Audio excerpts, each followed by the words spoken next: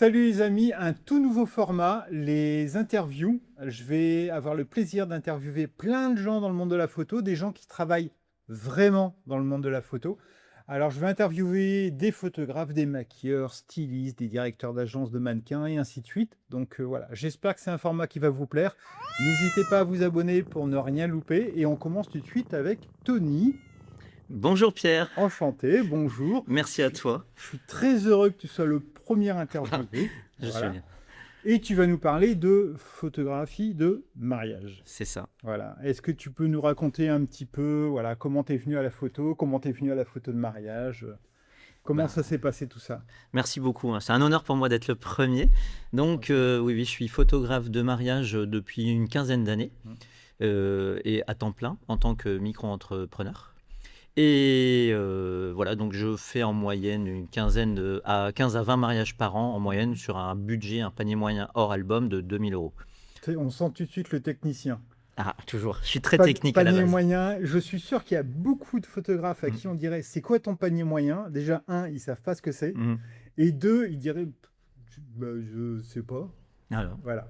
on en viendra, mais le Donc panier voilà. moyen, c'est le budget, c'est la moyenne hein, Bien sûr, des non, ventes. non, non, Et c'est moi, très j'enlève intéressant. les albums pour être sûr. Les albums, pour moi, c'est une vente Ouais, additionnelle. tout Et à je suis photographe de mariage, fait. Ok. mais je fais pas que de la photographie de mariage. Les premières années, j'ai vraiment voulu être un expert en photographie de mariage. Et je pense que c'était la meilleure stratégie il y a quelques années pour vraiment être perçu auprès des clients comme un expert. Et ça permet d'être démarqué. Comme toi, tu es expert en photo studio, en corpo. Et en portrait. C'est bien aussi d'être généraliste Ouais, pour multiplier son chiffre d'affaires. tout à fait, ouais. Mais il faut être expert dans un domaine et il Mm. faut vraiment vouloir être bon dans ce domaine. Donc j'ai travaillé il y a quelques années. Moi, je suis autodidacte, mais j'ai fait des workshops, notamment des formations avec toi, et il y a Oui, très longtemps de ça, tout à fait. donc dans les années 2013, voilà. Et je regrette pas parce que ça m'a donné des super bases, plus des petits workshops par-ci par-là sur YouTube, mais sur des sites payants, Ouais. et puis aussi des déplacements sur des vraies formations avec des bons photographes de mariage. Ça m'a permis de monter fortement mon niveau dans les années 2013, 14, 15, et de pouvoir monter mes tarifs et pouvoir en vivre très vite. Ouais. Et qu'est-ce qui t'a attiré dans la photo de mariage? Qu'est-ce qui m'a attiré dans la photo de mariage? Bah, en fait, naturellement, moi, j'ai pas été un photographe de paysage. Mm. J'ai toujours été attiré par l'humain. Et donc, j'ai été très attiré par faire des photos de portraits. Mhm. Dans mon ancien boulot, j'étais responsable informatique. Je travaillais dans une agence de com à Lille et il y avait beaucoup de jolies filles. Et je m'entraînais. Et donc, Avec en fait, j'étais chargé de faire le trombinoscope. Et du coup, en fait, petit à petit, j'en suis venu à faire des shootings. Et je me suis éclaté à faire des beaux portraits, et que ce soit en intérieur comme en extérieur dans la ville de Lille. Ouais. Et vraiment, j'ai découvert que la photo de portrait, c'était une facilité pour moi, et notamment de faire ressortir des belles émotions sur ces photos de portrait. D'accord. Alors, la question que se posent la plupart des gens qui veulent débuter dans le mariage, c'est que quand on veut faire des photos de mariage, souvent on nous demande qu'est-ce que vous avez fait comme photo avant de mariage? Comment est-ce que tu as fait pour commencer? Parce que je suppose que ben voilà, il faut bien montrer des photos de mariage, mais si on n'a jamais fait de mariage, c'est un petit peu, tu vois, le serpent qui se mord la queue. Tu as fait comment pour commencer? Est-ce que tu as réussi à avoir le premier budget alors que tu avais fait juste des photos de portrait? Ou est-ce que tu as essayé de faire des mariages d'amis ou pour C'est une pouvoir montrer des très choses? bonne question, parce qu'il y a certainement beaucoup de gens qui vont regarder cette vidéo qui veulent un jour se lancer et Mm. qui peuvent être attirés. Pour ma part, en expérience personnelle, j'avais commencé par de la photo de petites voitures radiocommandées, et ça marchait tellement bien que j'avais une asso et j'en avais un budget, et je me suis acheté du matériel professionnel, un Canon 40D à l'époque, c'était en 2008, avec un 70-200 de 8, donc du beau matos. Pareil. J'étais invité sur le mariage d'une amie à Paris, sur la Seine, péniche sur la Seine. Et donc j'y suis allé avec le matos tout neuf que j'avais pour mon asso pour faire les petites voitures. Et là, il faisait beau, mariage sur la Seine. Il y avait un photographe pro, Mm. mais du coup je l'ai regardé. Ouais. Puis comme à l'époque j'étais en train d'apprendre à utiliser mon 40D, et ben en fait j'ai adoré cette journée. Il faisait beau, la mariée était canon, enfin c'est des amis, et tout le monde était beau. Et puis il y avait en arrière-plan, on avait Notre-Dame qui n'avait pas encore Ouais. brûlé à l'époque. Enfin, c'était magique. Et J'imagine, ouais, ouais, du tout à fait. coup, j'ai eu, mais vraiment comme j'ai flashé. J'ai adoré ça. Et je me suis dit, à partir de là, je veux faire du mariage. Mm. Je me suis très mal pris les premières années, parce que ça, c'était en 2008. Et tout de suite, je me suis dit, ouais, dans ma tête, ouais, je fais des belles photos, parce que j'ai eu toutes les bonnes conditions pour faire des belles photos ce jour-là. Et j'ai commencé à faire de la publicité sur Le Bon Coin.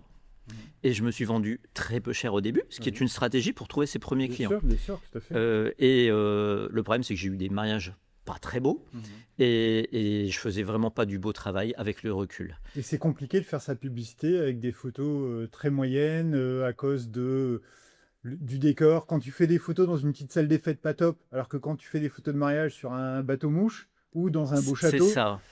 C'est plus ça change un facile. peu Quand la on a un donne. bon lieu, Voilà, c'est plus voilà, facile. tout à fait. Après, sur un mariage où on a des mauvaises conditions, en travaillant quand même, on arrive à sortir très peu de photos canon. Ouais. Mais avec ces quelques photos, c'est là qu'on va communiquer. Et on en publie peu, mais on publie de la qualité.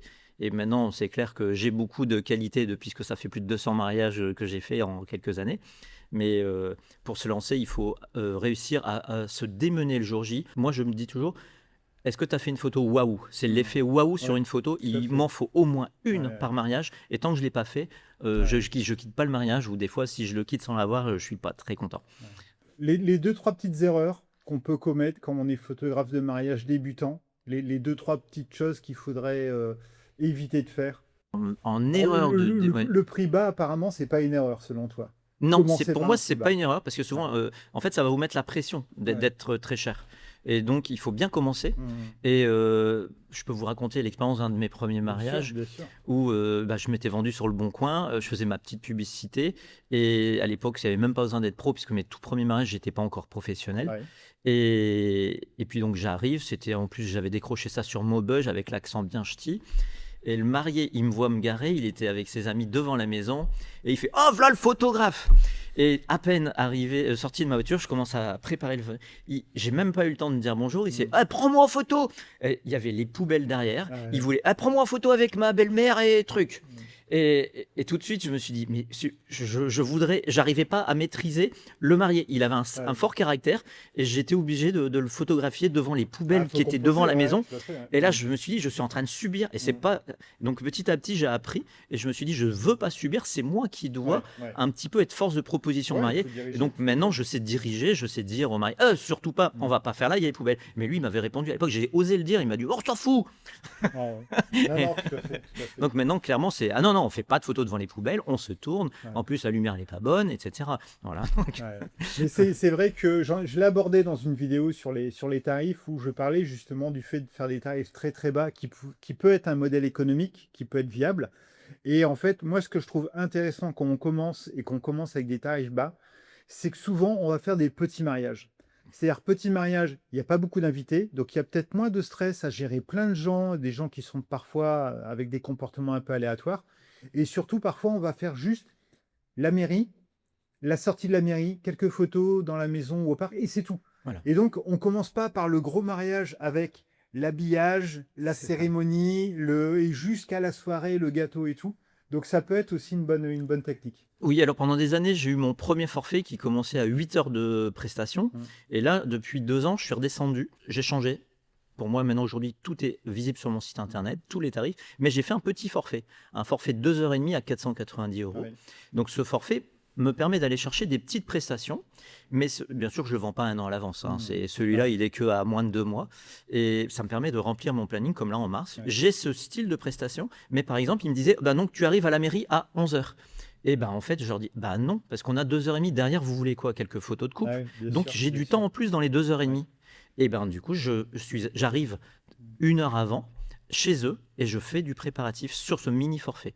Et ce qui me permet de connaître les proches et de faire quelques photos un peu plus intimistes avec la mariée. Idée, Et des fois, même la mariée, elle est prête, on a un petit peu de temps. Je vais éventuellement la placer devant la fenêtre, faire un contre-jour. Bref, on a le temps de faire de la belle photo, même sur une mini prestation. Mais il faut l'avoir préparée, réfléchie. Et justement, tu prépares comment les mariages avant? Ça, pour moi, c'est une question de caractère de la personne. Toi et moi, je pense qu'on est très différents. Toi, je le vois dans tes façons de photographier au flash et avec le pose-mètre. Et donc, tu es quelqu'un de très ultra technique et vraiment... et c'est ce qui fait ta perfection en studio. Et moi, je suis très à l'instinct. Si les mariés me disent, est-ce que tu veux repérer les lieux? C'est non. Je ne repère pas les lieux. D'accord. Ok, c'est Je ne intéressant veux ça. pas parce que moi, je suis vraiment, mon style de photo, c'est vraiment un style de reportage, documentaire, et je veux du naturel. Ouais. Et donc, en fait, le naturel, je l'ai aussi en découvrant. Mm. Et pour découvrir, c'est pas grave. Des fois, il y a le vin d'honneur, je vais tourner 2 fois ou 3 fois autour du lieu. Je vais essayer de chercher, je vais parler avec les gens, mais je vais vraiment bouger en permanence. Et je suis à la découverte. Et donc, après, oui, pendant la préparation, donc en général, on me réserve à peu près 1 an à l'avance. Mais bien sûr, il y a une réunion, soit en visio, soit en présentiel.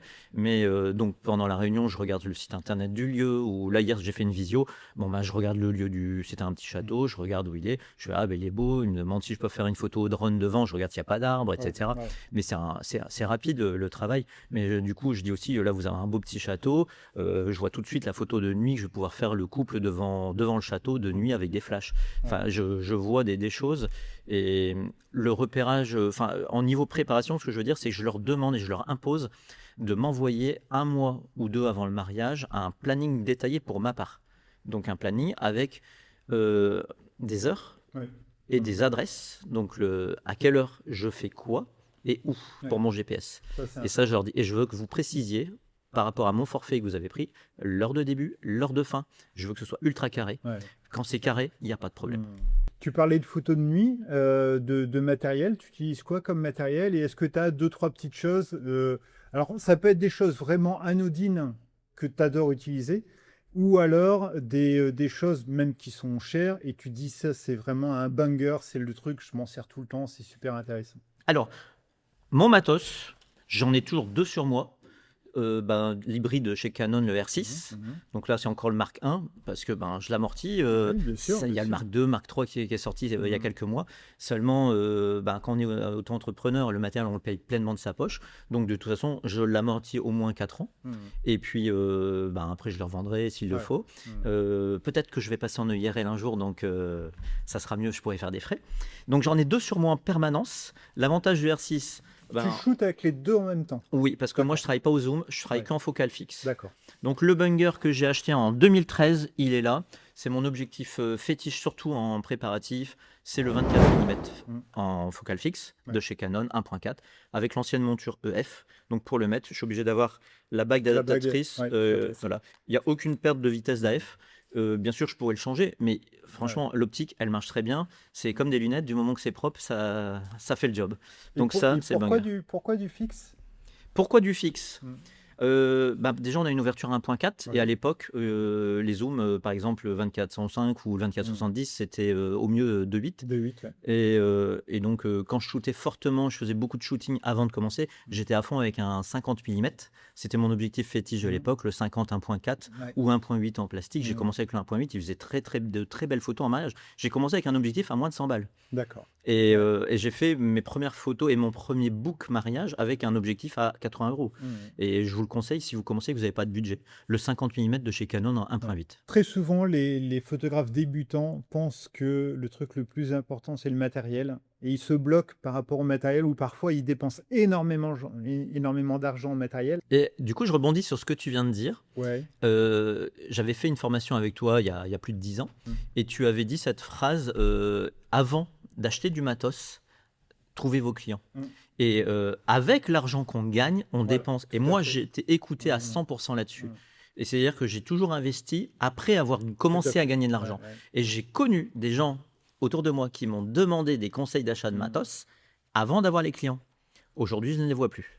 Ils sont plus sur le marché. Ça, c'est la grosse erreur où les gens qui vont avoir un achat impulsif en se disant « Tiens, je vais acheter ça, ça va être génial, j'aurai des clients par rapport à ça. » Et je pense vraiment c'est le mauvais point. Je pense vraiment que si vraiment on veut avoir un client un peu particulier, c'est largement plus intéressant d'aller louer un objectif. C'est 30, 40, 50 €.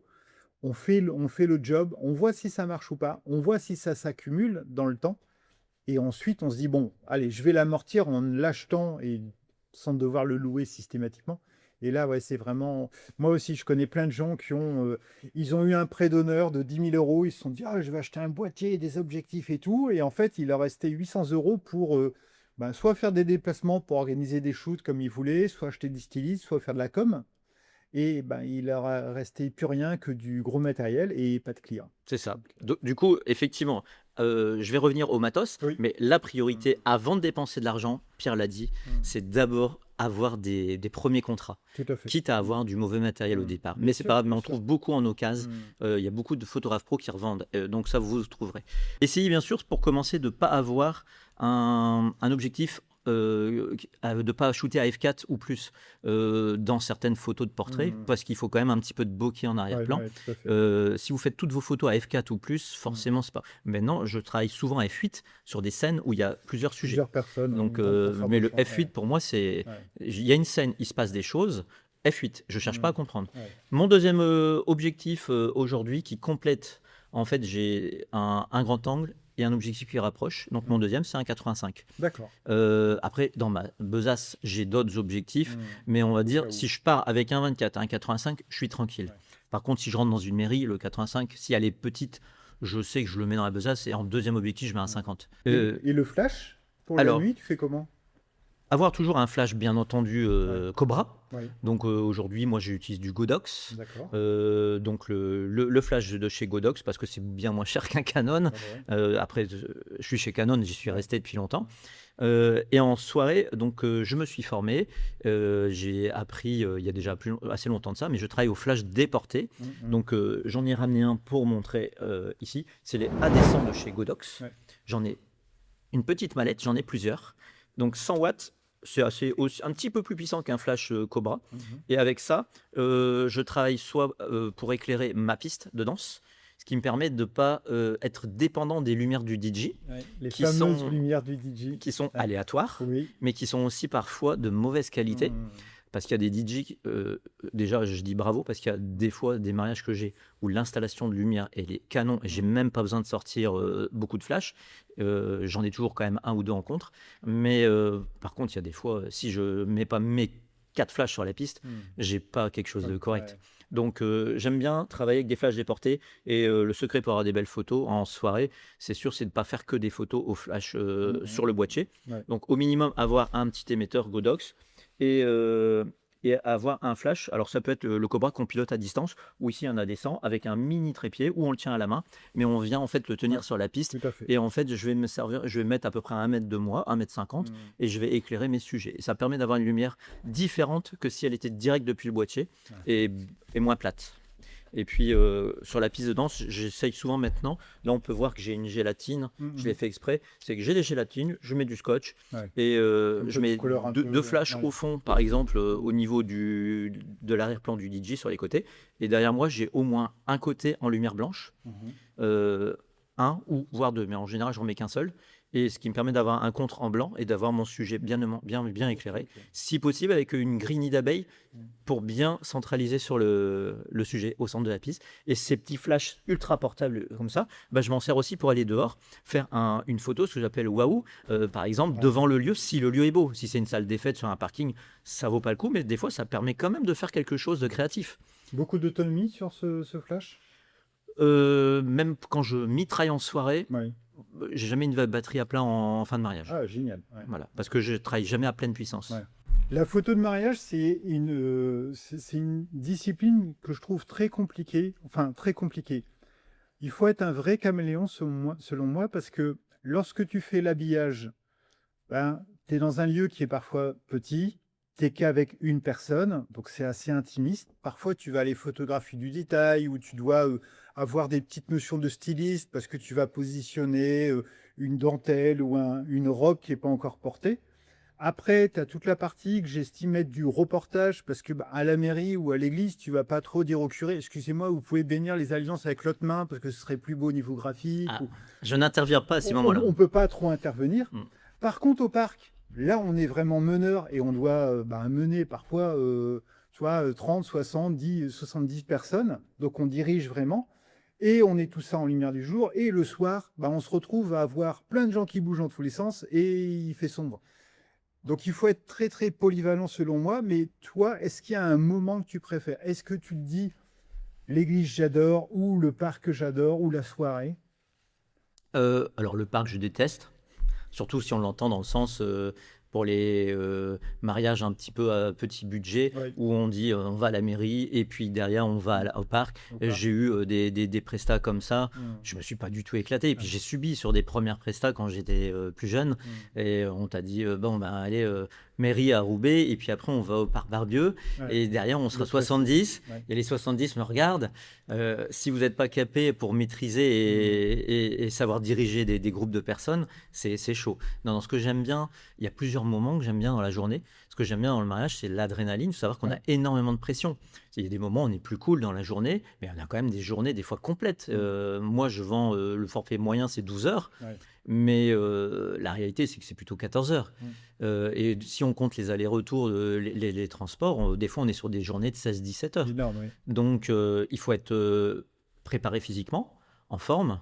Et il ne faut pas courir à 100% toute la journée. Il faut savoir des fois se reposer. Moi, par contre, les moments où je vais me reposer légèrement, où je suis super attentif, c'est je fais les photos importantes à l'église.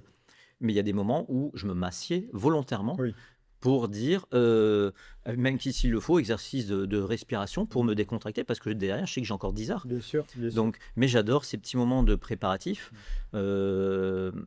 parce que je leur demande pas forcément d'être seul, mais d'être avec des gens importants. Oui. Pourquoi? Parce que en fait, ça va me permettre de voir qui est important à leurs yeux tout de suite. Entourez-vous de vos proches. Déjà, ils seront sur vos souvenirs. Si on fait un album, ils seront imprimés sur l'album dans les premières pages. Donc, la mariée, mets-toi avec soit ta meilleure amie, soit avec ta maman. C'est les gens qui comptent le plus pour toi. Je veux qu'ils soient présents dans cette chambre au moment où tu On t'habilles. est ou vraiment le dans salon. l'intimité et Voilà. en plus on a encore, enfin on a énormément, je trouve, l'émotion du mariage parce que les gens sont pas encore mariés, ils sont en train de se préparer à quelque chose d'important et on est vraiment dans un écrin comme ça avec beaucoup de sentiments, de bonheur et c'est Et très particulier. Suivant les personnes, le comportement est très différent. Mm. Il y a des gens qui sont détendus, qui s'entourent de beaucoup de personnes. J'ai eu un mariage cette année au préparatif, il y avait 30 personnes dans la maison. Et il y a des gens où il y a quasiment personne, ils sont tout seuls. C'est limite moins agréable à photographier. Un marié tout seul dans sa maison. On a des fois des maisons qui sont très bien rangées, des maisons qui sont pas du tout rangées. Et ben, c'est pas grave, je m'adapte et je fais avec. Quel autre moment important j'aime bien faire? Les fins de vin d'honneur, quand on sent que la lumière en l'été va tomber. Et du coup, c'est le moment où moi, je conseille au couple de faire quelques photos de couple. Ouais. Donc, on est parfois sur le domaine. Donc, j'ai l'avantage de faire quand même beaucoup de beaux domaines, des beaux châteaux. Donc, souvent, on peut shooter sur le lieu même. Donc, ce que je ne veux surtout pas, c'est shooter le couple, faire ces photos de couple avec de l'entourage autour de moi. Ouais, ouais. Donc, ça, je leur dis, quand on fait ça, on est à 3, c'est tout. Éventuellement, il y a le vidéaste, il y en a un. Ouais. Mais je veux pas de commentaires, je veux pas d'un copain qui vient et qui fait « Allez, vas-y !» Je veux pouvoir diriger C'est gentil, et ouais. donc je veux pas d'intervenant. Ouais, tout à fait. Et j'adore ce moment parce qu'il y a une pression de la lumière. On doit rentrer, il y a le traiteur qui nous pousse. Moi, je veux qu'il rentre, je veux qu'il rentre. Ouais, mais là, il commence à y avoir un petit coucher de soleil. C'est le bon moment où ça dépend du mois de l'année. Mais il y a une adrénaline qui se fait parce que moi, je sais que c'est le moment pour faire des très belles photos. Et donc, il faut que j'arrive à les avoir. Et puis aussi, ce vin d'honneur, quand les gens commencent à être détendus, qu'ils ont bu quelques coupes, eh ben, on peut faire des photos de gens souriants. Oui, tout à fait, Et ouais. c'est là où, à un moment donné, se dire, en début de vin d'honneur, j'y vais cool. C'est pas le bon moment. Ouais, Les ouais. gens, ils sont là, je fais quoi? Ouais. Surtout, Ils sont plus tendus. ce que j'adore, plus- c'est les vins plus d'honneur en gardés. extérieur parce qu'on Ouais. a de la place. En intérieur, c'est très compliqué. Ouais, ouais. C'est très compliqué de faire des très belles photos s'il fait moche et qu'on est sur un mariage d'hiver. Ça, c'est chaud. Mais dans ces cas-là, il faut aller se rapprocher aux gens. Il faut essayer de parler avec les gens Oui. en intérieur. Et quitte à faire de la photo un peu plus posée, mais on les pousse et on les fait poser avec le flash. Je vais faire plus de photos posées sur des mariages d'hiver parce qu'en l'été, je peux faire beaucoup plus de photos sûr, naturelles bien en sûr. extérieur. Une question que j'ai apprise, c'est si jamais un jour tu veux acheter un téléviseur, tu dois demander au vendeur, vous avez quoi comme téléviseur chez vous? Donc la question que je te pose, c'est si tu devais, imaginons, tu devrais choisir un photographe pour ton mariage, comment tu le sélectionnerais? Quelles seraient les questions que tu lui poserais ou qu'est-ce que tu regarderais chez lui qui te mettrait en confiance et qui te dirait ça, c'est le photographe qu'il me faut? Alors, c'est sûr que je répondrai pas aujourd'hui la même chose qu'il y a 15 ans avant de faire de la photo de mariage. Il y a 15 ans, j'aurais regardé le budget en premier. Parce que j'avais pas d'affinité, enfin j'en avais déjà, mais j'étais pas aussi exigeant qu'aujourd'hui. Aujourd'hui, je me rends compte à quel point mon métier, photographie de mariage, c'est de créer un souvenir. Et donc, on crée un souvenir qu'on va garder toute sa vie. on ne se rend pas compte, Eh oui. quand on n'a pas spécialement d'affinité pour la photo, à quel point c'est important. Créer des souvenirs, c'est important. Et donc, la vision pour choisir son photographe, il ne faut pas la négliger. Bien sûr. Quand moi, j'ai 15 ans d'expérience en mariage, j'ai pas beaucoup plus d'expérience là que depuis 7-8 ans. Mais cette expérience, on l'a construite sur les premières années. C'est de savoir anticiper des moments importants. Les moments importants, au début, on les loupe. Moi, je vois des vidéastes, des fois, qui captent même pas. Et donc, il y a aussi les moments importants, mais il y a aussi la sensibilité d'un Bien photographe. sûr. Moi, je suis quelqu'un de sensible, donc je vois des émotions. Je sais les capturer, c'est toujours été mon point fort. On m'a toujours dit, Tony, tu as un don pour capturer les émotions. Donc, il y a des gens qui l'ont pas. Il y a des gens, ils ne voient pas qu'il y a une émotion, mais ils prennent pas. Moi, je suis là, mais tu filmes pas là? Moi, ce qui m'étonne toujours, c'est les gens qui n'anticipent pas. C'est-à-dire que parfois, je vois un autre prestataire et je me dis, mais pourquoi il ne se déplace pas? Forcément que dans 10, 20 ou 30 secondes, il va se passer ça. Tu devrais déjà te placer pour. Ou alors, forcément, quand il y a l'échange des alliances, il y a les alliances à photographier. Mais tu es quasiment sûr qu'il y a une des mamans qui va commencer à pleurer. Et donc, tu sais, tu regardes, tu te prépares. Et c'est vrai que ce que tu dis par rapport aux souvenirs, il y a une chose qui m'étonne toujours. Je comprends les gens par rapport au budget et je comprends que les gens essayent d'avoir la plus belle réception possible, le meilleur traiteur possible. Mais souvent, je dis, vous savez, dans 10 ou 15 ans, il y a 3 choses qui vont vous rester. Il y a vos alliances, la robe qui va être sur un cintre et vous n'allez jamais la remettre parce que c'est plus à votre taille, et l'album. Le traiteur, vous en souviendrez uniquement grâce à l'album. Le château, vous en souviendrez grâce à l'album. Et donc, c'est amusant parce que parfois les gens, tu as l'impression qu'ils mettent tout l'argent dans l'organisation et limite, pour certains budgets, s'il reste un peu d'argent, on hésite entre soit le DJ, le photographe ou la belle voiture. Alors Et que c'est quand même le photographe qui leur donne des souvenirs à vie. bah, l'année dernière, on a eu le rebond de mariage, les 20 ans de mariage, la meilleure amie de ma femme. Et je dis à ma femme, tiens, raconte-moi le mariage il y a 20 ans, puisqu'elle était présente, elle était témoin. C'était où? Je sais plus. Elle avait quoi comme robe? Je sais plus du tout. Raconte-moi des choses de ce mariage. Elle ne savait plus rien. T'as mangé quoi? Je ne sais plus. Ouais. Donc, est-ce que ces choses-là sont autant importantes? Non. Par contre, pendant la soirée des 20 ans, il y a eu un diaporama où ils ont retrouvé quelques photos. Ah oui. On était mort de rire parce que Ouais. tout était ridicule, mais on a bien rigolé. Mais on s'est rendu compte que le choix du photographe à l'époque était, les photographes d'il y a 20 ans, c'était pas très très joli. Ouais, ouais. Donc on a bien rigolé. Donc clairement, on se souvient de quoi si on n'a pas de bons souvenirs en Bien photo. sûr. Alors, à l'inverse, je t'ai demandé comment choisir un photographe, à partir de quoi. J'aimerais bien qu'on se positionne cette fois-ci du côté du photographe. Et selon toi, les choses que tu dois à tout prix mettre dans un devis ou que les photographes qui veulent se lancer dans la photo de mariage devraient mettre dans le devis pour essayer de se protéger. Alors, moi, j'ai fait une vidéo sur les devis. Le but, c'est pas tellement de dire j'ai raison ou s'il y a un procès, j'aurai raison. Que j'ai écouté Mais- ta vidéo est très bien. Merci. Mais je trouve que le plus important dans le devis, c'est que tout soit clair et que on dise bien, moi je m'engage à faire ça, mais pas ça, et ainsi de suite. Est-ce que toi, il y a 2-3 clauses où tu dis, ça c'est important, il faut vraiment que ce soit dans un... Oui, il faut pas avoir peur de choquer les gens. Première chose que j'ai dit tout à l'heure, c'est heure de début, heure de fin. On vend un contrat avec une durée et non pas, par exemple, une journée complète. Oui. Parce qu'en fait, journée complète, je l'ai fait à mes débuts ou la journée sans la soirée. Mais à quelle heure elle termine ta journée s'il n'y a pas la soirée? Parce que pour toi, dans ta tête, c'est 19h, mais pour des mariés, tant qu'ils ne sont pas à table, ça peut être 22h. Donc ça, Ouais, j'ai déjà tout vu. à fait. Ou l'arrivée du gâteau. L'arrivée du gâteau, On ne sait pas. bon, la moyenne en France, c'est 1h du matin. Il y a des salles en Belgique, on a l'avantage, c'est que c'est 23h. Mais dans le Pas-de-Calais, j'ai déjà eu sur des mariages de certaines personnes jusqu'à 4h30 du matin. J'en ai eu 2 à 4h30. Donc, heureusement, à l'époque, j'étais déjà en heure sup après 1 heure. Donc, à 150 € l'heure sup, j'étais content, les mariés voulaient payer. Donc, il n'y a pas de problème. Qu'est-ce que je mettrais d'autre? Heure de début, heure de fin. Donc, par exemple, ils m'ont pris un contrat de 12 heures. Ok, vous me faites commencer à midi et quart. C'est écrit fin, minuit et quart. Tout à fait. C'est ça, c'est dans le devis. Et je marque bien que le forfait peut être bougé la veille, du moment que c'est communiqué par écrit. Ouais. Voilà, donc s'ils veulent me faire commencer plus tôt à 11h, ok, il y aura une fin à 23h. Par contre, attention, après 23h, ils peuvent me demander des heures sup le jour même. Bien Moi, sûr. j'accepte. Après, c'est à chacun. Qu'est-ce qui est d'autre important? Précisez si vous êtes présent à la soirée. Ouais. Le repas. Qu'est-ce que j'ai eu une fois tous les 2 ans, on a des mariés qui ne vous ont rien prévu pour la soirée. Je suis désolé, mais quand on n'a rien à manger, on n'a plus envie de faire de photos à un moment Bien sûr. donné. Et je précise aussi que je veux manger dans la salle des invités et non pas dans une autre salle. Ouais, ça arrive aussi, ouais. Ça me dérange. Et je précise sur le devis, donc je dis bien que je veux manger le même repas. Et ça passe très bien, hein. Il suffit de l'écrire. Et puis des fois, il tique. Il faut en parler simplement. Et je précise pourquoi. Je leur dis pourquoi je veux le même repas. Parce que je veux être servi en même temps que vos invités. Ouais.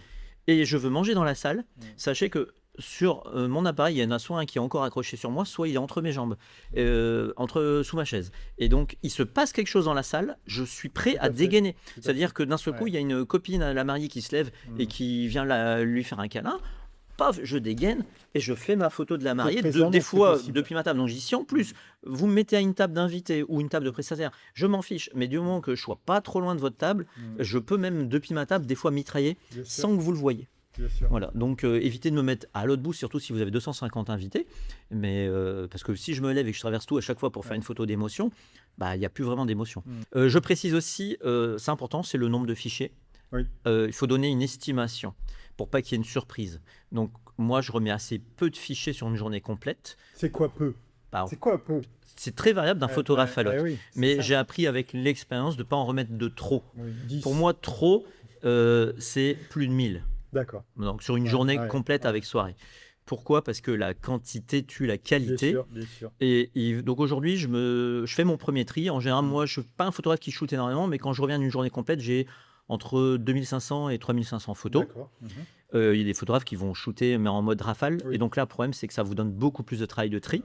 Donc je ne suis pas un adepte de la rafale. Je ne mets pas de rafale sur mon appareil, sauf pour le lancer du bouquet ou quand j'y pense à le mettre. Sinon, je shoot clac, clac, clac, clac.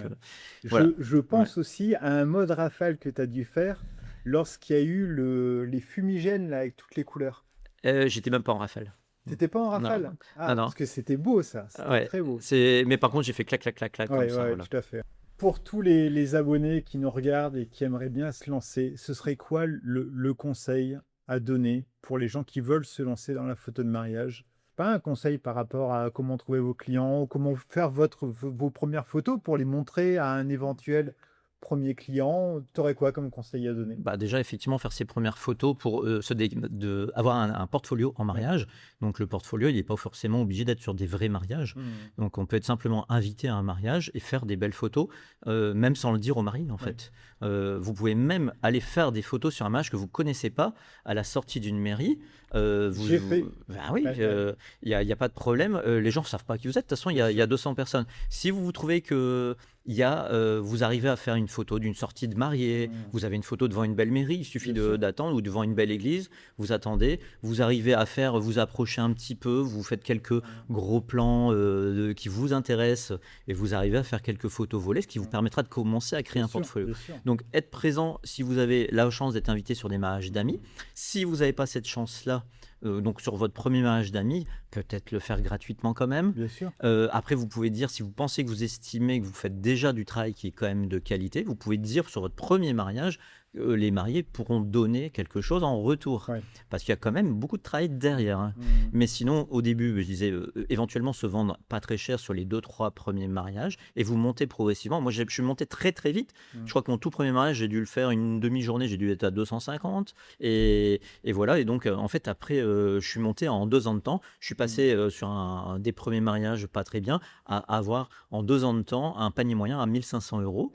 Donc en 2015, j'étais sur un panier moyen de 1500 €. De toute façon, j'ai quitté mon ancien boulot fin 2013. Et donc, il m'a fallu 1 an pour trouver 15 mariages avec un panier moyen de 1500 €. Donc, c'est faisable. J'ai réussi à le faire. Il faut simplement aussi, il ne faut pas hésiter à faire du réseautage autour de soi. Moi, je dis toujours, toute personne qui vous connaît doit savoir ce que vous faites.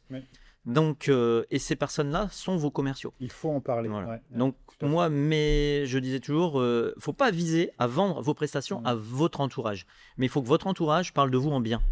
Donc, c'est ça. Bien sûr. Et moi, mes anciens clients sont mes commerciaux.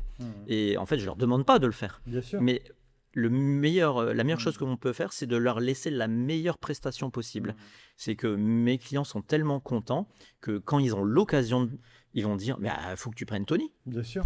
Ou quand la sœur se marie, ou quand la cousine se marie, Elle nous a vu travailler. Elle s'est dit, il avait l'air sympa. Ils vont voir les mariés. C'était bien.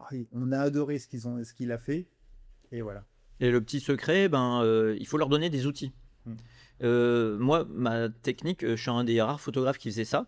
Pendant 10 ans, ça a très bien marché. C'était de faire un best-of diaporama des meilleures photos de la journée. Donc, si par exemple vous remettez 800 photos sur votre journée, il y a un travail qui prend à peu près une demi-journée à une journée, c'est de refaire une sélection plus drastique. Et donc, je sélectionne entre 70 et 100 photos de cette journée, les plus belles. Ouais. Et j'en fais un diaporama avec une petite musique que j'upload soit sur Vimeo, soit sur YouTube, et que j'envoie d'abord au mari avant la galerie. Ouais. Et je leur dis de le visionner et de le partager. Partager, bien sûr. Voilà, donc bien à sûr. l'époque, au début, ça marchait très bien parce que les gens partageaient ce format sur Facebook. Aujourd'hui, Facebook a un petit peu de retard et ça marche un peu moins bien puisque la génération qui arrive, elle n'est plus du tout sur Facebook. Ouais. Après, pour se lancer, essayer d'être second shooter. Alors moi, je l'ai jamais fait et j'ai jamais pris de second shooter. J'aime bien travailler seul. Mais la seule personne que j'ai Mais prise, ça c'était un arrive, stagiaire, hein, c'était bien ma nièce. Mm. Après, je pourrais prendre des second shooters, mais entre guillemets, je ferai payer cette prestation. Ouais. Il n'est pas question pour moi de donner tous les secrets et ma manière de travailler Ouais. sur toute une journée. Par contre, si quelqu'un vient, vous pouvez me Tu fais contacter. de la formation. Je peux faire de la formation, Bien sûr. donc ça a un petit coût, mais pour Ouais. cette personne-là, c'est une formation à petit coût, puisque ça sera une petite dépense, mais elle va apprendre d'un professionnel qui a 200 mariages derrière lui d'expérience. Donc, si vous voulez vous former à la photo de mariage avec un professionnel très sympathique et très compétent, Tony Masclé, je vous mettrai l'indication, voilà. En parlant de belles photos, tes meilleurs souvenirs en termes de photos de mariage, alors ça peut être un aspect technique qui était très compliqué et tu as réussi, ou c'était la photo waouh, ou les photos waouh que tu as eues, ou les belles rencontres. Alors, un meilleur souvenir, c'est un couple du Nord qui m'ont demandé est-ce que je pouvais les accompagner pour leur mariage. Ils avaient une idée de le faire en Écosse. Mais il n'y a que le métier de photographe Ouais. non, il y a plein de métiers qui font voyager, mais là, quand ça m'est arrivé, Ouais. donc j'ai quand même fait un devis avec le même forfait que si Mhm. j'étais dans le Nord. J'ai rajouté les frais d'hôtel Ouais. et un peu de frais de déplacement, parce qu'il fallait payer le ferry, tout ça. Bien sûr. Mais en fait, ce qui m'a aussi... donc, ils ont accepté. Et puis derrière, ils m'avaient dit qu'ils faisaient un road trip de 2-3 jours avec une vingtaine d'amis proches qui resteraient. Et là, j'ai dit, par contre, pour le road trip, moi, j'aimerais bien vous suivre. Et si vous voulez, pendant le road trip, je vous offre séance after. Ouais. Et donc, j'ai fait ça. C'est un super souvenir. Génial. J'ai fait Ouais. des photos sur un mariage en Écosse d'un couple de Français. Et on a été faire des photos devant des petits lacs. On a été faire le road trip sur l'île de Skye notamment. Donc, j'ai un super souvenir. Ouais. Autre souvenir aussi, c'est une séance mariage sur les 5 terres en Italie. Et là, toi, tu avais organisé une expo photo mariage il y a quelques années. J'avais terminé 2e au concours, derrière Julien Laurent-Georges, qui est très connu aussi. Oui. Très Et bon, cette c'est photo que j'avais faite, c'est une photo technique. Coucher de soleil, le couple qui pose devant un petit village des 5 terres avec toutes les couleurs qu'on voit bien et la mer à côté. J'éclaire le couple avec un flash Un petit flash, déporté. Un seul flash avec une lumière indirecte dessus. Mhm. Et je débouche le contre-jour, j'éclaire bien le couple, j'ai le coucher de soleil et donc j'assombris l'arrière-plan. Ouais. Donc en fait, on éclaire d'abord, au niveau technique, on éclaire d'abord sa scène sans le flash, on règle sa photo sans le flash, ensuite on ajuste sa lumière, sa puissance de flash. Donc il faut savoir aussi, je rebondis là-dessus puisque par rapport à toi en studio, c'est que la photo au flash en soirée de mariage, c'est beaucoup d'improvisation. C'est-à-dire qu'il faut parfaitement connaître son matos pour improviser en permanence. Je ne peux pas aller au milieu de la piste, prendre la mesure de la lumière. C'est impossible. Et ça change en permanence la lumière. Donc en fait, c'est énormément d'adaptation. C'est pour ça qu'on est dans 2 mondes différents. Le mariage, il faut savoir anticiper. Et je ne peux pas commencer à monter mes flashs et à commencer à les positionner si on me dit « Ah, ça y est, les mariés », parce que des fois, ils ne préviennent pas. Ouais. C'est l'ouverture de bal. Très souvent. Et là, on est là à la souvent. table, on était en train de boire un petit coup. Non, il faut anticiper. Et ça, on revient sur le choix du photographe. C'est quelqu'un, il faut que vous ayez un bon feeling avec votre photographe, mais il faut savoir que ce photographe doit anticiper. Et il n'y a que l'expérience. Très adaptatif. L'expérience qui permet ça. C'est pas un jeune photographe qui saura anticiper des choses comme ça. Alors, moi, j'aimerais que tu répondes à la question. Oh yeah. Oui. pourquoi est-ce que les gens pensent que les photographes de mariage sont des photographes ringards qui sont pas assez bons pour devenir photographes de mode? Alors que comme on l'a vu, c'est super compliqué, il faut faire avec l'humain, avec des gens qui sont pas professionnels. Moi, je travaille avec des mannequins, sauf en corporate. Donc, c'est des gens qui ont l'habitude de poser. Là, en photo de mariage, on n'a pas de mannequin. On a plein de situations différentes. On doit sortir des belles photos, parfois ou jugées à la va-vite et tout, mais il faut qu'elles soient belles. Et pourtant, on a encore parfois l'image de photographes. Bah, je pense qu'on ne s'enlève pas une étiquette qu'on nous a mis pendant des dizaines d'années Ouais. sur le dos. Mm. Et ça date de l'époque de l'argentique où on allait, enfin je dis on, j'en ai pas fait partie de cette génération, mais les photographes qui travaillaient à l'argentique avaient peu de poses sur leur pellicule. Donc ils avaient 24 poses par pellicule ou Ouais. 36 Donc, dans le c'est mieux. ça, ouais. Et du coup, ben, ils ne pouvaient pas mitrailler comme nous, on fait des milliers de photos aujourd'hui. Et du coup, chaque photo, elle était mesurée. Ouais. Et il fallait pas Ah, rater c'était ces photos. possible, ouais. Donc, ces photographes faisaient de la photo figée, posée. C'est pour ça qu'ils allaient faire des photos très précises, des poses précises. Et du coup, ces photos, ce style de photo qu'on a vu dans les albums de photos de nos grands-parents et parfois de nos parents, hein, ça dépend de l'âge qu'on a, mais elles sont assez ringardes aujourd'hui. Ouais, ouais, ouais. Donc cette image, elle nous colle à la peau. Mm. Je pense qu'aujourd'hui, l'image, elle a quand même bien changé parce qu'il y a beaucoup de photographes qui font du très bon travail Ouais. avec des photos. Il suffit de. Moi, je veux vous dire, c'est il faut suivre les concours de mariage et ça permet de vous abonner sur ces pages, soit sur Mm. Facebook ou sur Insta, mais les grands concours internationaux de Ouais. photos de mariage. Des choses magnifiques. Et vous voyez des photos qui sont exceptionnelles. Bah, alors pour un photographe amateur, c'est se dire, ouah, c'est impossible de faire ce style de photo, mais à force de se cultiver le regard, à Ouais. force d'en voir, en fait, on va avoir tendance à essayer de reproduire. Bien sûr, bien sûr. Et c'est comme ça qu'on va Ouais. progresser aussi, aller chercher ces photos fortes. Ouais. Mais moi, je pense que l'image a changé, mais il y a aussi quand même, c'est sûr, quand on fait des petites prestations, comme je disais tout à l'heure, mon petit forfait, et que derrière, on nous fait mairie et au parc, Et ouais, rien que le fait d'entendre le parc, je me dis, aïe, c'est compliqué. ça fait ringard. Et la salle des fêtes qui est pas Voilà, belle et avec la voilà. petite déco. Donc, Ouais, de je toute façon, comprends. le budget et le tarif du photographe de mariage, à partir du moment où on a un panier moyen à plus de 1500, on va chercher souvent des mariages dans des plus beaux lieux. Ouais. Et c'est lié. C'est-à-dire que si vous êtes en dessous de 1500, déjà, je ne sais pas comment vous faites pour en vivre sur Ouais. des journées complètes, hein, mais vous aurez souvent des mariages type salle des En fêtes. fait, c'est Voilà. le cercle vicieux ou vertueux. C'est-à-dire Ah, que c'est ça. moins t'es cher, moins t'as de belles photos, plus t'as du mal à décrocher des beaux contrats. Plus t'es cher ou plus t'as de beaux mariages, et plus, voilà, ça s'enchaîne comme ça. Et moi, je dirais que la barrière aujourd'hui, de toute façon, pour être rentable, il faut qu'une grosse journée de mariage, elle soit facturée environ 2000 euros. Bien sûr. Alors, c'est sûr que chacun, suivant son statut d'entreprise, a des exigences et des charges différentes, mais en tout cas, il faut être rentable, il faut Ouais. calculer sa rentabilité. Surtout, on a du matériel, des fois on casse du matériel, on a du tri, on a des Bah, logiciels à Il y payer. a aussi les Et taxes, l'imposition. surtout aujourd'hui, il y a l'IA qui arrive, mais tous ces logiciels, il faut payer des abonnements. Toi qui connais ton panier moyen, c'est une question qui m'intéresse beaucoup. Est-ce que tu connais ton temps moyen de travail? C'est-à-dire que souvent les gens entendent 2000 euros pour une journée, c'est bien payé. Bon, déjà, c'est pas une journée de 8 heures, déjà, puisqu'on a vu que c'était parfois des journées à rallonge. Mais parfois, les gens ne se rendent pas compte que déjà avant, il y a eu la discussion préparatoire. Parfois, on a fait des recherches, des choses comme ça. Il y a les trajets, la journée complète. Et puis après, il y a toute la partie traitement. Quand tu as 3000 photos sur un mariage, est-ce que tu sais en combien de temps tu les traites? Et si tu remets un livre, un album photo, est-ce que tu sais à peu près combien de temps ça te prend chaque mariage? Alors, déjà, la dernière question, juste le livre, souvent comme je le facture après le mariage, Donc ça compte pas. le temps de... Ça dépend si c'est moi qui fais la sélection des photos ou Oui, si c'est oui. eux. Donc, je leur laisse toujours le choix. Ouais. En tout cas, un album, j'estime, grosso modo, il faut minimum 8 heures Ouais. entre le moment de faire sa sélection, si on travaille bien, hein, Oui. de faire la mise en page, de faire des allers-retours de correction. Alors parfois j'ai la chance, c'est des clients qui me valident au premier BAT, donc le premier bon à tirer, l'album. Et puis il y a des fois, là mon dernier mariage, ils sont très gentils, hein, mais ils m'ont fait 6 allers-retours de correction. Et donc à chaque fois un aller-retour, c'est je rouvre les mails, je rouvre le logiciel, Ouais. je change, je relis les notes de ce qu'ils ont dit. Donc à chaque fois c'est quasiment 1 heure. Ouais. Et donc 6 allers-retours, c'est 6 heures de correction. Et la partie editing? La partie uniquement editing, sélection mariage, ou le je l'avais post-traitement? calculé il y a quelques années, je le fais plus, mais grosso modo, il faut savoir que déjà un mariage, à partir du moment où on arrive et qu'on commence à travailler, on a déjà plusieurs heures qui ont été consacrés aux clients. Bien sûr. C'est-à-dire, on a des échanges par email, on a des appels ou des visios, ou des fois ils sont venus. Moi, quand ils viennent à la maison, c'est pas une demi-heure, hein, Ouais, des fois bien c'est sûr. 2 heures. Hein. Ouais. Et c'est pas grave, parce Ouais. que de toute façon, il faut que le client soit content, satisfait.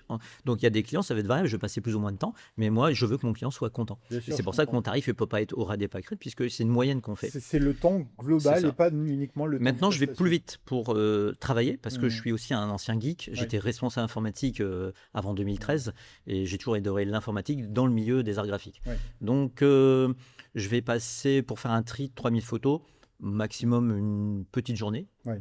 Donc, quand je vais bien, je suis efficace, ça peut être 3-4 heures. Ouais. Et après, il y a la partie traitement. Ouais. Donc, en général, je fais un deuxième tri aussi si mon premier tri il est trop large. C'est-à-dire que si je tombe à 1000 photos, je dis allez, mince, je suis obligé de refaire un deuxième tri. Et là, je regarde vite fait où est-ce qu'il y a des doublons. Je vais très vite. Mais si je vois il y a le couple qui arrive dans l'allée, il y a 3-4 photos, je regarde la moins bien, pof, je la dégage, j'en enlève même 2 s'il le faut. Mais ça sert à rien d'avoir des photos identiques. Ce qu'il faut, c'est garder les plus fortes. Et puis, la partie traitement, qui est là où j'ai gagné beaucoup depuis quelques années, puisque maintenant j'utilise du traitement assisté par IA. Donc avant, j'utilisais Lightroom avec un preset que j'appliquais à tout le monde et je revenais sur chaque photo, mais seulement je passais beaucoup de temps à changer l'expo, mais surtout la température de couleur, il faut l'ajuster, elle est toujours différente en fonction vu que c'est de la lumière naturelle et ça varie tout le temps en fonction de l'influence des murs, du soleil, des arbres. J'ai des peaux vertes et alors moi je suis très cacaque avec les teintes de peau et donc pour gagner du temps, j'ai une petite loupe deck que j'ai avec toutes des petites molettes dessus, donc ça c'est vraiment efficace pour gagner beaucoup de temps en production. J'utilise des logiciels d'IA comme Neurapix qui ont appris de mes traitements. Donc en fait, je leur ai donné par exemple 3000 photos que j'avais traitées en RAW et eux, ils m'ont fait un profil IA. D'accord. Et donc maintenant, j'applique. Donc en fait, maintenant, je sélectionne toutes les photos que je vais garder en couleur puisque je remets à peu près 70% de mes photos en couleur. Donc je vais d'abord faire une présélection vite fait des photos que je veux en noir et blanc. Je leur mets un petit drapeau bleu. Et toutes les autres, je dis tiens, je les envoie à l'IA dans Neurapix et clac. Une demi-heure après, même pas un quart d'heure après, ça me télécharge toutes les photos traitées. Après, je reviens sur toutes ces photos. C'est pas parfait du tout, mais j'ai gagné beaucoup de temps. Gagner du temps, tout Voilà. à fait. Donc en gros, le traitement, c'est pareil si je suis efficace une journée, des fois moins. Et après, quand je fais ma sélection pour mon diaporama, c'est cette centaine de photos.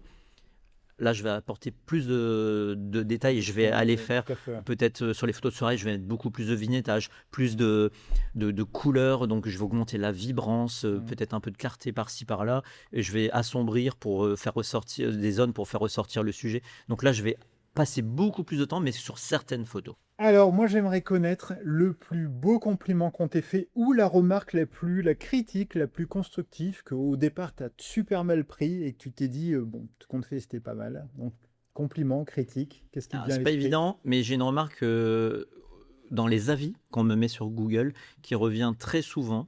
C'est que Tony est très discret. Oui. Alors, j'aime pas trop qu'on me dise ça. C'est un compliment ou une critique ? En fait, je sais pas trop comment le prendre, Ouais. mais Tony est très discret, mais on l'a pas vu, ou on a l'impression qu'il n'est pas là.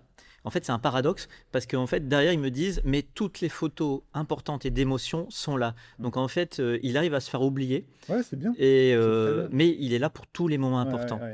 Donc en fait, c'est vrai que je suis discret, c'est-à-dire que je vais pas me faire repérer, je vais pas crier, sauf pour les photos de groupe. Mais en tout cas, c'est un compliment. On va dire, je sais pas comment le prendre parfois, parce que j'ai pas envie qu'on me dise, mais je suis vraiment parfois discret. Ouais. Voilà. Pour finir, quelle est l'idée ou les idées reçues sur le métier que tu aimerais pouvoir balayer une fois pour toutes C'est quoi ton vrai métier? Ah oui, Ça, c'est je l'ai- ça. je l'ai tellement. Mais en fait, Tony, c'est quoi ton vrai métier? Ouais. Je suis photographe. Non, mais Non, mais en vrai, en vrai, c'est une idée reçue. bien sûr. C'est terrible. Je suis photographe à temps plein. Et si on veut aller chercher et en vivre, il faut être à temps plein dessus. Alors, je connais des photographes qui ont un métier la semaine, mais suivant les métiers qu'on a la semaine, on n'a pas le temps de dégager pour aller chercher ou pour bien faire des choses. Alors, en fait, vous appuyez juste sur un bouton. C'est terrible cette phrase. Oui, oui. Mais pourquoi aujourd'hui, avec des téléphones dernier cri. Alors, moi, j'ai un Super Honor que j'ai pas payé très cher, mais qui fait des très belles photos. En plus, il y a des profils hardcore dessus. Je fais des photos magnifiques. Mais en fait, les gens, ils savent pas saisir le bon moment. Bien sûr. Et c'est là la différence avec les gens aujourd'hui, ils achètent des iPhones dernier cri, 17 Pro Max Plus à 1500 €. Ces téléphones savent faire des très belles photos. Mais les gens derrière, ils font des photos n'importe comment. Ils réfléchissent pas. Ouais. Ils réfléchissent pas au cadrage, à la lumière, quoi que ce soit. Des fois, en fait, c'est ni fait ni à faire ce qu'ils font. Ils veulent pas réfléchir. Les gens pensent souvent que c'est le matériel qui fait la bonne photo. C'est ça. Et l'exemple que je donne toujours, c'est tout le monde a un crayon, pourtant tout le monde n'est pas écrivain. C'est ça. Donc ça montre bien que c'est pas parce que tu as le moyen d'eux que tu peux. Et je donne des cours à la fac pour apprendre aux gens un petit peu le métier de la photo, tout ça. Et forcément, les étudiants, on n'a pas accès à des boîtiers pour leurs études. Donc je dis, c'est pas grave, vous allez tous faire des photos avec votre téléphone portable et on va travailler. On a quand même 5 séances et on ne travaille que sur le cadrage. Que ça. Donc il n'y a rien de technique, c'est que le cadrage. Ben, je peux te dire qu'entre la première séance et la 5e, on voit une évolution uniquement parce que ils font attention au cadrage, ils font attention à quand prendre la photo. Et pourtant, l'objet téléphone n'a pas changé entre la première et la 5e. Mais c'est vrai que c'est... Voilà, Il y a un photographe qui disait, quand on disait, vous avez quoi comme appareil pour faire des bonnes photos? Il disait un œil, un cerveau et un doigt. Voilà. Et c'était ça, c'est le bon moment, réfléchir. Moi, je dis, c'est pas la poêle qui fait le bon cuisinier, mais c'est ce qu'il y a dans sa tête et c'est la manière de mettre les ingrédients. Aujourd'hui, c'est sûr qu'avec un téléphone dernière génération, les gens, parfois, font des belles photos. Je dis bien parce que c'est du bol pour certains. Ils sont du bon côté de la lumière sans le faire exprès. Ils font « Ah, les canons !» Effectivement, des fois, il y a des gens à côté de moi, je suis en train de faire mes photos, je vois ce qu'ils font avec leur téléphone et je regarde leur téléphone, je fais waouh. Le téléphone, le truc, c'est qu'il y a un traitement automatique dans l'appareil avec un algorithme que nous, on n'a pas sur les boîtiers pro. Nous, c'est à nous de faire notre traitement derrière. Donc, des fois, je me dis waouh, leur truc fait vraiment quelque chose de bien. Puis, en fait, quelques minutes plus tard, il fait une photo, ni fait ni à faire. Parce qu'en fait, il n'y a pas de réflexion.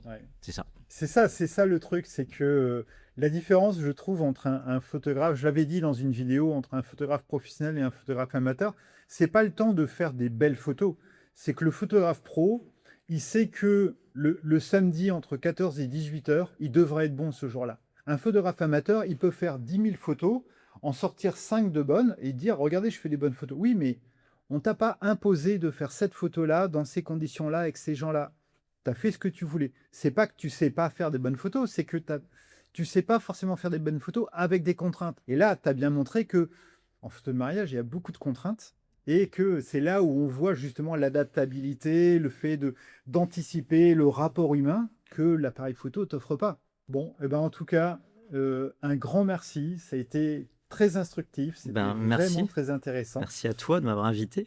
J'espère que vous aurez apprécié cette interview. N'hésitez pas, je le dis à chaque fois, à aller en commentaire pour poser vos questions. J'y répondrai avec plaisir. Tony répondra avec plaisir, j'en suis sûr. Vous allez apprendre énormément de choses en commentaire. Et si vous voulez continuer à voir des interviews, abonnez-vous à la chaîne. Je mettrai les coordonnées du site de Tony, surtout si vous voulez faire une super formation avec un photographe de mariage. Si vous avez des gens qui se marient autour de vous, n'hésitez pas à aller voir le site de Tony. Oui, moi je rajouterais qu'il y a quelques années, j'ai fait des formations Pierre Magne et en fait, ça m'a donné des super bases. Alors, ce qui est bien, c'est que toi, tu as beaucoup de mini-formations différentes.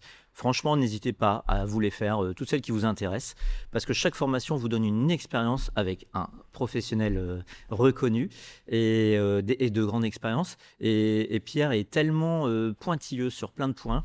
Par exemple, j'avais noté, à l'époque, il me disait, dans les conseils, c'était mettez vos noms, prénoms et votre téléphone sur chaque. Je l'ai toujours gardé, ça fait 12-13 ans que tu me l'as appris.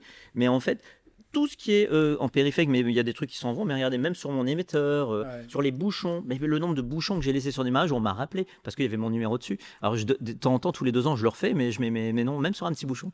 Et Pierre apprend énormément de bonnes bases, que ce soit du flash en studio, ça servira pour faire du flash en mariage.